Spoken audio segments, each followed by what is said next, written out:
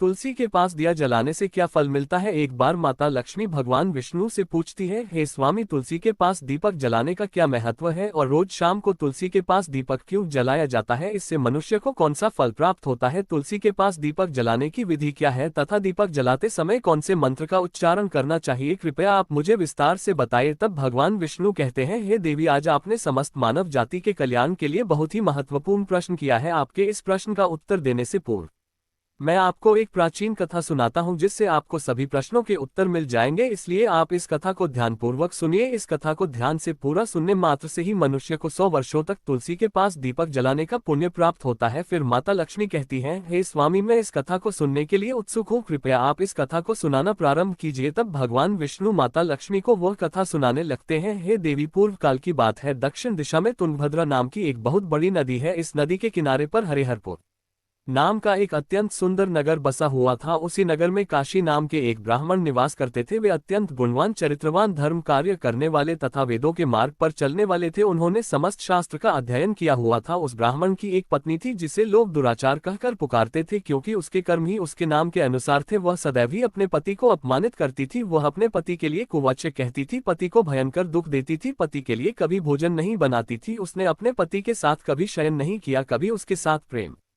से व्यवहार नहीं किया। पति के मित्र परिवार के लोग घर पर आते तो वह श्री उनको अपमानित करके भगा दिया करती थी और स्वयं काम भाव से उन्मत्त होकर निरंतर अन्य व्यभिचार स्त्रियों के साथ घूमा करती थी। उसका मन पति को छोड़कर पराया पुरुषों में लगा रहता था। उसने कभी अपने पति से प्रेम से बात नहीं की, किंतु पराया पुरुषों के संग बैठकर बातें करती थी। पराया पुरुषों को मोहित करने के लिए सज धज कर गाँव में घूमने जाया करती थी। कभी वह वन में किसी वृक्ष के नीचे खड़ी रहकर सुंदर पुरुषों की राह देखने लगती और किसी दुष्ट पुरुष को मोहित करके उसके संग भोग विलास किया करती थी। फिर एक दिन वह दुराचार श्री वन में जाकर एक वृक्ष के नीचे खड़ी हो गई। उसका चित्त काम से भरा हुआ था। वह किसी सुंदर कामी पुरुष की राह देख रही थी, किंतु बहुत समय निकलने के बाद भी उस स्थान पर कोई पुरुष नहीं आया। इसलिए वह अत्यंत दुखी हो गई और प्रियतम की खोज में इधर उधर देखने लगी। उस दिन उसका सारा परिश्रम व्यर्थ हो गया। वहां पर खड़ी होकर वह नाना प्रकार की बातें कहकर विलाप करने लगी, हाय हाय, आज तो इस मार्ग से कोई भी सुंदर पुरुष नहीं आया। अब मैं कैसे अपने काम वासना को शांत करूं? आज की रात कैसे बीतेगी? वह जोर जोर से विलाप करने लगी। उस जंगल में एक भयानक बाघ निवास करता था। उस पापिनी स्त्री की आवाज सुनकर वह जाग गया और उछलकर उस स्त्री का भक्षण करने के लिए उसके पास आ गया। उस भयंकर बाघ को देखकर उस स्त्री के पसीने छूटने लगे। वह भय से थरथर कांपने लगी। वह स्त्री कुछ करती इतने में ही उस बाघ ने अपने पंजे से उसे घायल कर दिया और वह स्त्री जमीन पर गिर पड़ी। जमीन पर गिरते ही वह स्त्री चिल्लाते हुए बोली, अरे बाघ, तू किस लिए यहाँ पर आया है? मुझे क्यों मार रहे हो? मैं यहाँ पर अपने प्रियतम को खोज रही हूँ, तुम मुझे छोड़ दो।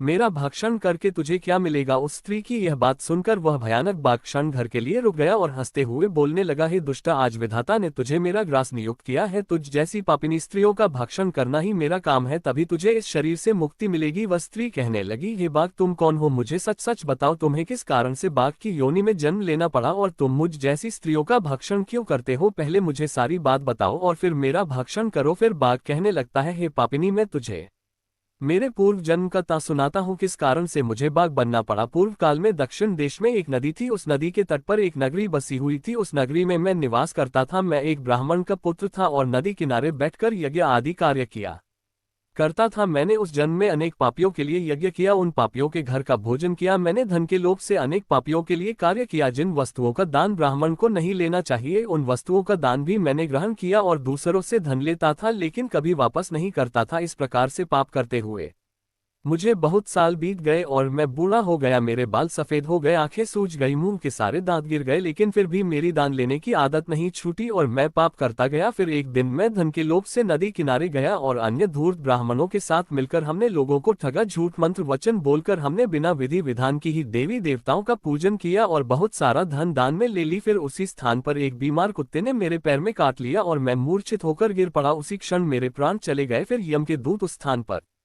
प्रकट हुए और मुझे पकड़कर यमपुरी ले गए। वहां पर यमराज ने चित्रगुप्त से मेरे कर्मों का लेखा जोखा निकालने के लिए कहा। फिर चित्रगुप्त कहने लगे, हे धर्मराज, इस ब्राह्मण ने घोर पाप किए हैं। इसने दूसरों से झूठ कहकर धन लूटा है, विधि विधान से पूजा न करके झूठ मंत्र बोलकर भगवान का अपमान किया है, इसलिए यह पापी ब्राह्मण केवल नरक जाने के ही योग्य है। फिर यमराज ने अपने दूतों को आदेश देकर मुझे नरक की अग्नि में डाल दिया। अनेक वर्षों तक नरक की सजा भोगने के बाद मुझे बाघ का शरीर प्राप्त हुआ और मैं इस दुर्गम वन में निवास करने लगा। मैं अपने पूर्व जन्म के पापों को याद करके कभी महात्मा साधु पुरुष सती स्त्रियों का भक्षण नहीं करता हूँ। मैं केवल पापी दुराचारी तथा कुलटा स्त्रियों का ही भक्षण करता हूँ ताकि मुझे पाप से मुक्ति मिल जाए। इस प्रकार से उस बाघ ने अपने पूर्व जन्म का वृतांत सुना दिया और उस स्त्री से कहने लगा, हे पापिनी, तेरे आचरण से तू कुलटा दिखाई पड़ती है। अपने पति को छोड़कर तू इस वन में अन्य पुरुष के साथ भोग विलास करने के लिए आई है, इसलिए आज तू मेरा ग्रास अवश्य बनेगी। इतना कहकर उस बाघ ने अपने तीक्ष्ण नाखून से उस पापी स्त्री के टुकड़े टुकड़े करके उसे खा लिया। फिर उस स्थान पर यम के दूत प्रकट हुए और उस पापिनी स्त्री को उठाकर यमपुरी ले गए। वहां पर उसे यमराज के सामने खड़ा किया गया। फिर चित्रगुप्त ने उस स्त्री का लेखा जोखा निकालते हुए यमराज से कहने लगे, हे धर्मराज, ये स्त्री तो अत्यंत पापिनी है। इसने घोर पाप किए हैं, इसने व्यभिचार किया है, इसने अपने पति की कभी सेवा नहीं की, अपने पति को भूलकर पराये पुरुषों के संग भोग विलास किया करती थी। उसके पाप को सुनकर यमराज ने उस स्त्री को अग्नि से भरे हुए कुंडों में डालने का आदेश दिया। अनेक वर्षों तक उसे उस कुंड में पकाया गया, फिर उसे निकालकर दूसरे नरक में डाल दिया गया।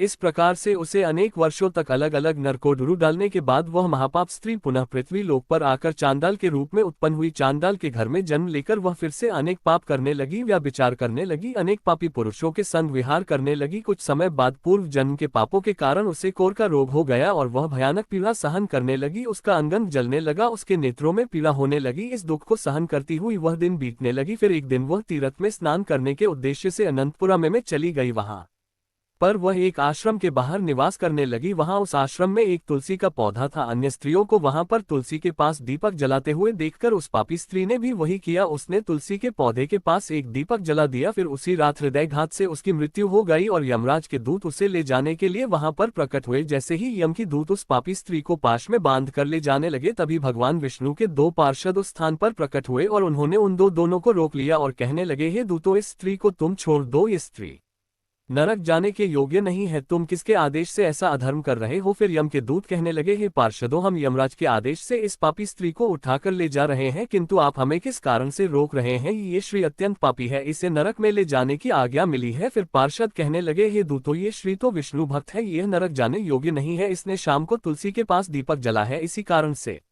इसके समस्त पाप नष्ट हो गए हैं, इसलिए अब यह नरक जाने के योग्य नहीं है, ये स्वर्ग जाने की अधिकारी बन चुकी है। पार्षदों की बात सुनकर यमदूतों ने उस स्त्री को उस स्थान पर छोड़ दिया और यमलोक लौट गए। वहां जाकर उन्होंने यमराज को सारा वृतांत सुना दिया। फिर भगवान विष्णु के पार्षद उस स्त्री को दिव्य विमान में बिठाकर स्वर्गलोक ले गए। भगवान विष्णु कहते हैं, हे देवी, इस प्रकार से तुलसी के पास केवल दीपक जलाने मात्र से ही मनुष्य के सभी पाप नष्ट हो जाते हैं। जो स्त्री नित्य शाम को तुलसी के पास दीपक जलाती है वह सौभाग्यशाली बनती है, उसके पूर्व जन्मों के सभी पाप नष्ट हो जाते हैं, उसे सुख समृद्धि की प्राप्ति होती है। रोज तुलसी के पास दीपक जलाते समय इस मंत्र का उच्चारण करना चाहिए, ओम तुलसी देव्य च विद्महे विष्णुप्रियाय च धीमहि तन्नो वृंदा प्रचोदयात्, जिसका अर्थ होता है, विष्णुप्रिय तुलसी, मैं आपको नमन करती हूँ, आप मुझे उच्च बुद्धि दो, हे वृंदा, आप मेरे मन को रोशन करो। भगवान विष्णु कहते हैं, हे देवी, हजारों अमृत के घड़ों से नहलाने पर भी श्रीहरि विष्णु को उतनी तृप्ति नहीं होती जितनी वे मनुष्यों के द्वारा तुलसी का एक पत्ता चढ़ाने से प्राप्त करते हैं। 10,000 गोदान से मानव जो फल प्राप्त करता है वही फल तुलसी पत्र के दान से पा लेता है। जो मृत्यु के समय अपने मुख में